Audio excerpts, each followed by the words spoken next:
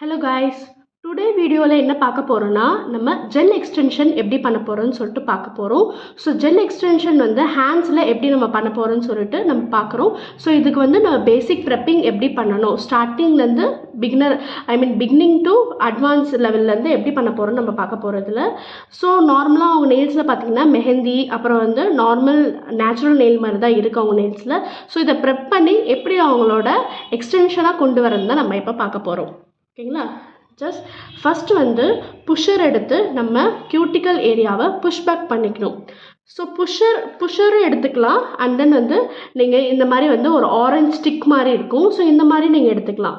So இதை எடுத்து just இப்படி புஷ்பேக் பண்ணிவிடுங்க.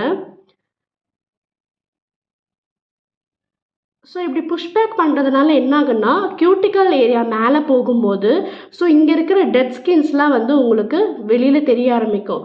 ஸோ இந்த டெட் ஸ்கின்னை ரிமூவ் பண்ணால் மட்டும்தான் எக்ஸ்டென்ஷன் கம்ப்ளீட் ஆகும். பிகாஸ் ஆல்ரெடி டெட் ஸ்கின் இருக்கும்போது உங்களுக்கு அந்த நெயில் எக்ஸ்டென்ஷனோட டெட் ஸ்கின்னோட வைக்கக்கூடாது. ஸோ எக்ஸ்டென்ஷன் வைக்கிறதுனால நம்ம இந்த டெட் ஸ்கின்ஸை நம்ம ரிமூவ் பண்ணி தான் ஆகணும். So and then cuticle cutter. So இந்த மாதிரி கட்டர் எடுத்து இந்த கியூட்டிக்கல் ஏரியாவை லைட்டாக ஸோ நம்ம எவ்வளோ தூரம் கட் பண்ணமோ அதை வந்து நம்ம இப்படியே ஃபில் பண்ணி விடணும்.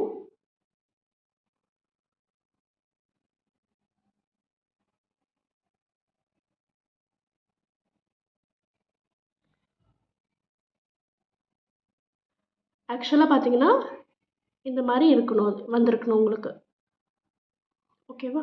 ஸோ இப்போ என்ன பண்ணணும்னா நம்ம நேச்சுரல் நெயிலில் ஒரு ஷைன் இருக்கும். ஸோ அந்த ஷைனை வந்து நம்ம ரிமூவ் பண்ணணும். ஏன் ரிமூவ் பண்ணணும்னா இப்போ ஒரு நெயில் எக்ஸ்டென்ஷன் வைக்கும் போது அதில் க்ளூ போட்டு நம்ம ஸ்டிக் பண்ண போகிறோம். ஸோ அந்த இடத்துல அந்த சர்ஃபேஸ் வந்து ஷைனாக இருக்கக்கூடாது. ஸோ நம்ம அந்த ஷைனை ரிமூவ் பண்ணிட்டு தான் நம்ம வந்து க்ளூ போட்டு ஒரு எக்ஸ்டென்ஷனை ஒட்ட போகிறோம். ஸோ அப்போ ஒட்டும் போது நம்ம வந்து ஃபைலர். ஸோ இந்த ஃபைலர் பார்த்தீங்கன்னா 100/180. ஸோ இந்த ஃபைலர் தான் நம்ம யூஸ் பண்ணணும் ஒரு எக்ஸ்டென்ஷனுக்கு ப்ரெப்பிங்க்கு. ஸோ இந்த ப்ரெப்பிங் வந்து நம்ம வந்து இப்படி தான் பிடிக்கணும் ஒரு ஃபைலரை. ஸோ இப்படி பிடிச்சி நம்ம ப்ரெப்பிங் பண்ணணும்.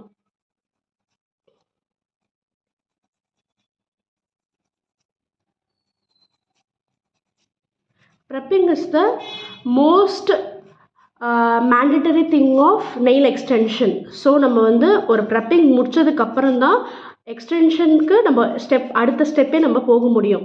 ஸோ இப்போ பார்த்தீங்கன்னா உங்களுக்கு வந்து இந்த டஸ்டி ஃபார்மில் ஒரு இது தெரியுதா உங்களுக்கு? ஸோ இப்போ நம்ம வந்து ப்ரெப்பிங் முடிச்சிட்டோம். இந்த ப்ரெப்பிங் முடித்தோடனே நமக்கு இந்த நெயிலில் என்ன போடணும்னா டீஹைட்ரேட்டர் அண்ட் ப்ரைமர் கம்பல்சரி ஒரு நெயிலில் போடணும்.